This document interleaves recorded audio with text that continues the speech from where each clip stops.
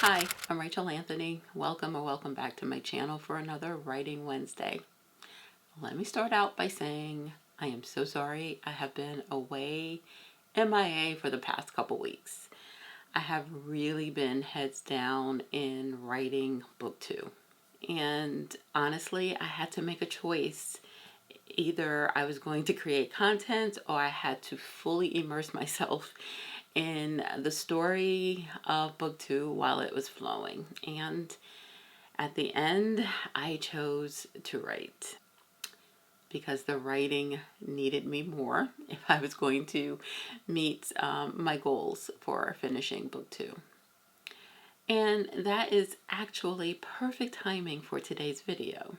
I thought it would be fun to talk about the drafting process of book 2 while I am fully immersed in it.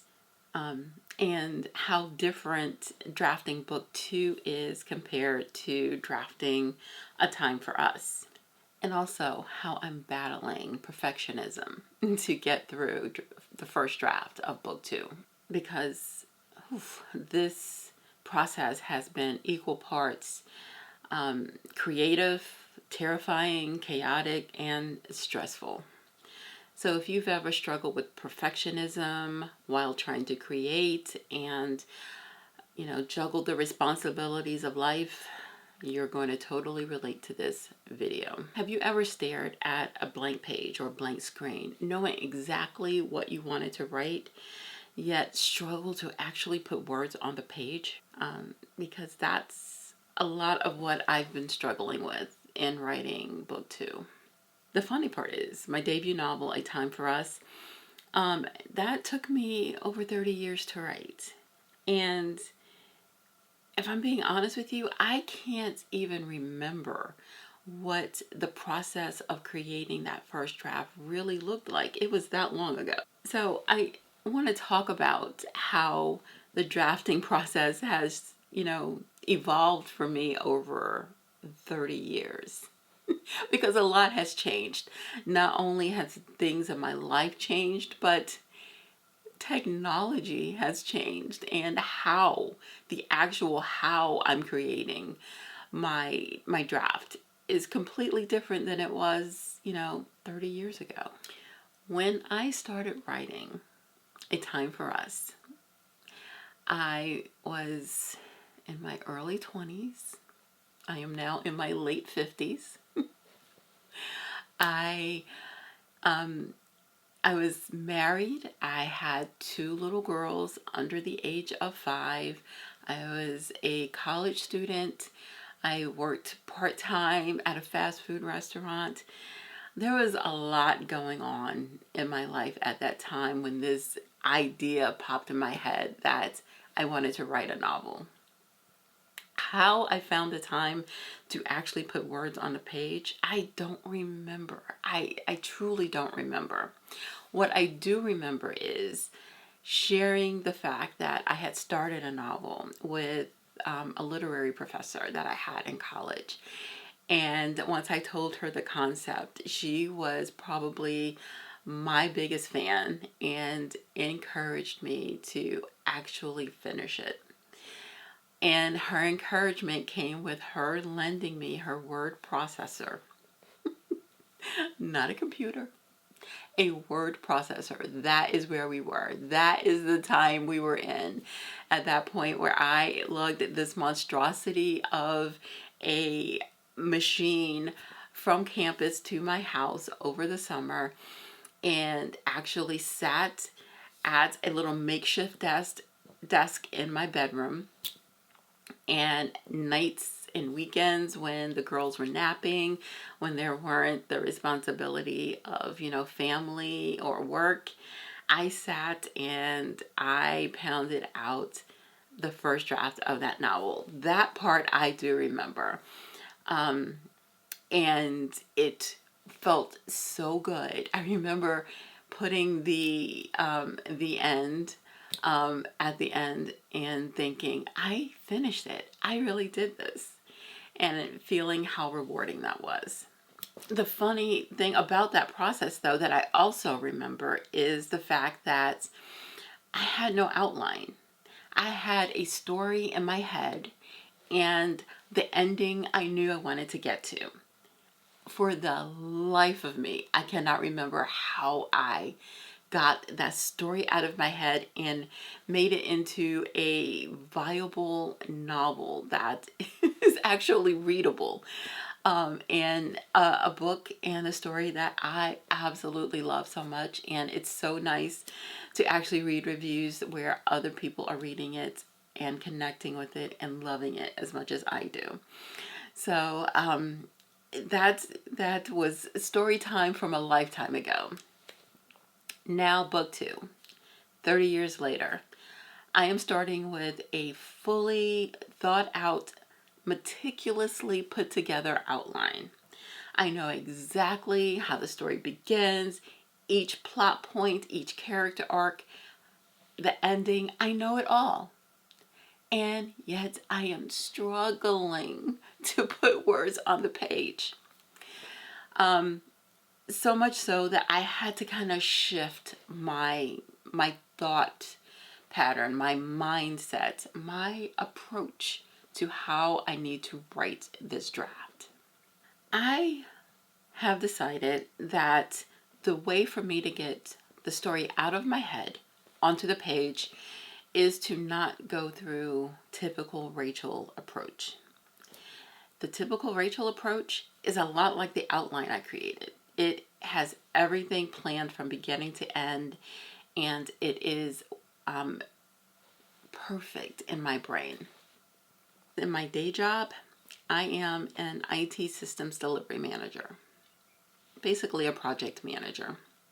It is my job to literally overthink everything, every dependency, every risk, every potential issue, every contingency plan. It's my responsibility to make sure that I have all the bases covered so we deliver a good product successfully to our clients. And quite frankly, I thrive in that structure. Structure gives me a sense of peace. Planning gives me a sense of peace. I decided that I was going to approach this draft from a stream of consciousness approach, meaning that I just needed to get the words on the page. They didn't have to be pretty. They didn't have to be grammatically correct.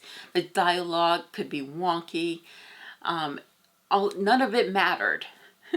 None of it mattered.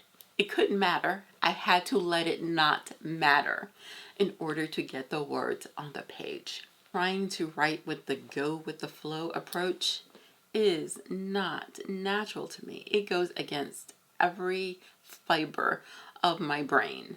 But strangely enough, it also helped me make progress. Who would have thought? So instead of trying to write the perfect chapter, I focused on telling the story. And honestly, that freedom changed everything. Now, does that create anxiety for later? Absolutely. Future Rachel is probably going to have many notes. Many notes. She's probably going to want to take past Rachel out back and beat her up. But that's a story for another day. Because as all writers say, you can't edit what's not on the page. And that has become my mantra. Getting the words on the page became way more important than getting everything neat and polished. Even beyond the perfectionism, what I also had to and still have to, it's not a past tense, it's a present tense. What I have to get over is fear of not writing something that's good. Because I want so desperately for this book to be at least as good as A Time for Us. I want this book to not disappoint the readers who enjoyed A Time for Us and who are anxiously awaiting its sequel. And that is going to be a struggle to the end. I recognize that, but I can't let that slow me down.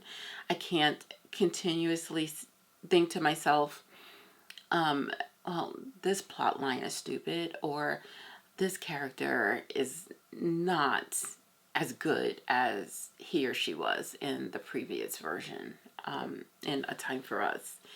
Are the readers going to love this character as much as they did their characters in A Time for Us?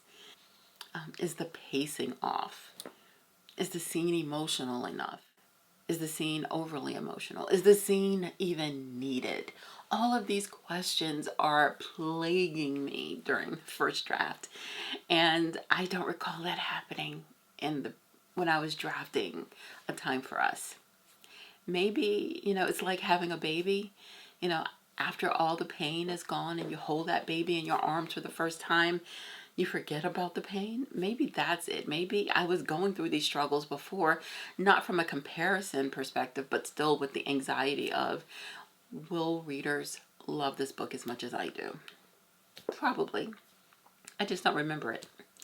So the struggle is real, folks. And I am saying all of this to say, you're not alone if you are having the same struggles. At the end of the day, what's most important is to get the words on the page. Don't let fear or perfectionism stop you from getting the words on the page. Editing will happen, but you have to have words on the page to edit. One of my biggest and hardest realizations in this process, and I've said it before in one of my previous videos, and so now I have to practice what I preach, is that draft one isn't supposed to be perfect. It's supposed to be messy. The job of draft one is to exist, so you have something to edit. Sometimes, oftentimes, probably more times than not, progress is more important than perfection. And that has to be my mantra throughout the writing process as a whole, not just the first draft, but in the editing and in the feedback process. Progress is more important than perfection. And if you take nothing else away from this video, take that mantra away. And I think that will help you to get the words on the page. So if you're someone who's working on a creative endeavor, whether it's a book, a business, a goal of any type, anything, and perfectionism is keeping you stuck, this is your reminder that messy is progress. Sometimes the bravest thing you can do is to create something messy before making it beautiful. Because beautiful things are rarely perfect in the beginning. They become beautiful through persistence and revision and refusing to give up. I hope that helped. It helped me. Thanks so much for watching.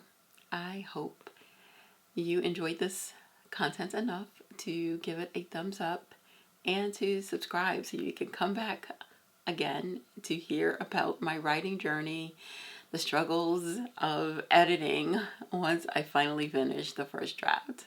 I am happy and looking forward to sharing that with you. And if you haven't already, please go out and buy A Time for Us, that dual timeline love story about a forbidden love that refuses to die. It's my baby. I love her. And I would love for you to enjoy that story too. All the links are in my bio. See you next time. Bye.